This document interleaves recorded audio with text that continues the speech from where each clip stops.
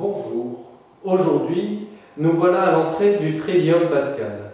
Nous célébrons la scène du Seigneur, le jour où nous faisons mémoire de l'institution de l'Eucharistie. Jésus, en te rendant grâce, Père, dit la bénédiction. Il rompit le pain et le donna à ses disciples en disant « Prenez et mangez-en tous ». À la fin du repas, te rendant grâce à nouveau, il dit la bénédiction et donna la coupe en disant « Prenez et buvez-en tous ».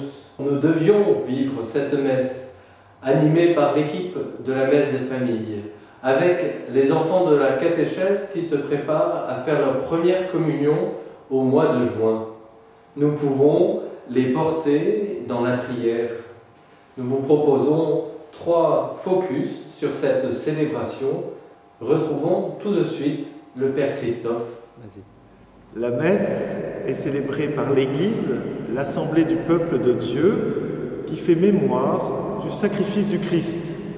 Nous sommes un peuple uni dans la communion avec Jésus, qui le jeudi saint a fait la fraction du pain pour instituer l'Eucharistie.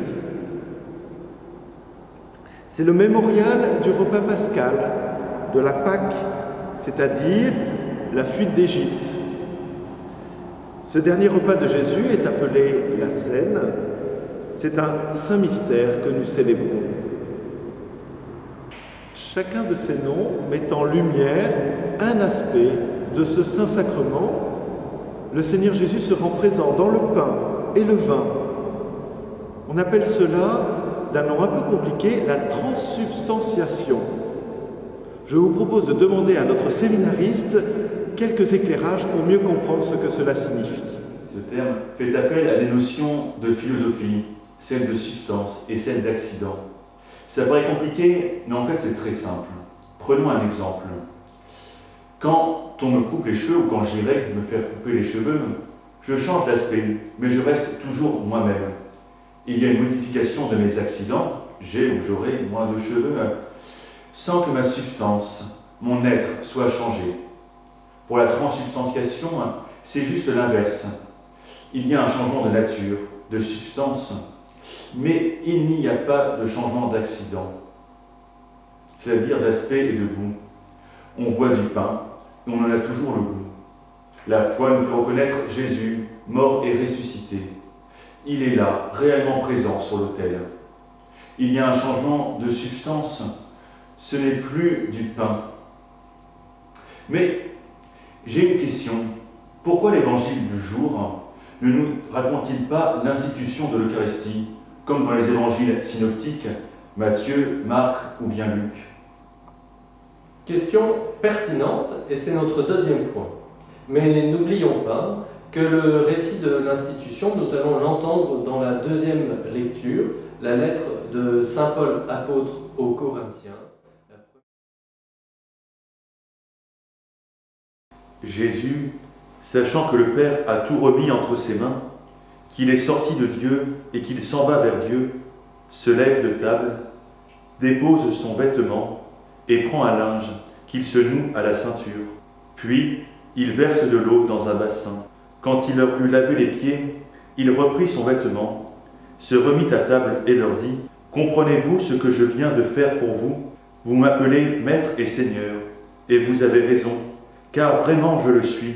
Si donc moi, le Seigneur et le Maître, je vous ai lavé les pieds, vous aussi, vous devez vous laver les pieds les uns aux autres. C'est un exemple que je vous ai donné, afin que vous fassiez, vous aussi, comme j'ai fait pour vous. » Lors de la messe de la Cène, le prêtre lave les pieds à quelques fidèles qui ont été choisis pour cela. Cela rappelle que les ministres ordonnés sont ordonnés pour le service de la communauté.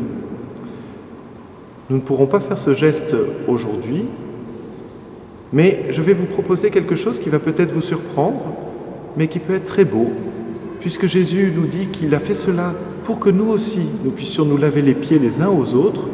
Je vais vous inviter à vivre cela, si c'est possible, en famille, dans votre maisonnée. Les parents, pourront se laver les pieds les uns aux autres, les adultes, et puis ils pourront aussi laver les pieds de leurs enfants.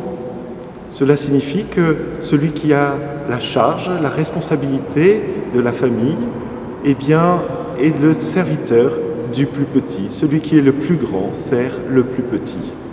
Ce geste manifeste également que se nourrir de l'Eucharistie nous oblige à vivre le service de la charité fraternelle, à l'image du Christ qui s'est fait serviteur, lui qui est le Maître et le Seigneur. Et cela nous conduit au troisième point.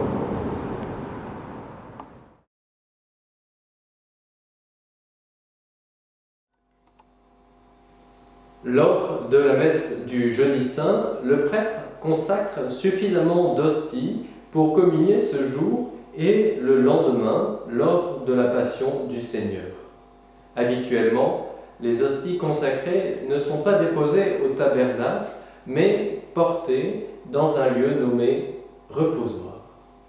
Comme Jésus a pris Pierre, Jacques et Jean pour prier avec lui au jardin des Oliviers, l'Église nous invite à prendre un temps avec Jésus.